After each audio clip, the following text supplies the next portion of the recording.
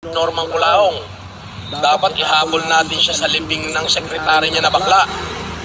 Pero may Agosto 19 pa at Setyembre 9. Tutiyakin namin. Pagbaba mo pa lang ng sasakyan, tatakparin ka na namin ng bala. Diba? Hindi ito biro. Ito ay threat. Ay alam ko si Mighty Buraot na naman ito eh. Ano yung sinabi niya? Mag-a-hire ng hitman? Ay, may hitman banta yan eh. Ano sabi niya? Mag-a-hire daw ng hitman. Abay, delikado pala tayo. Pagkaya na ito to. Ba?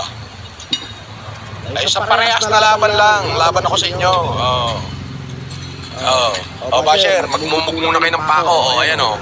Ano masasabi mo doon sa nagbabanta sa akin, Presdong? Delikado ba yun? Delikado yun talaga. Pero Hindi, kung parehas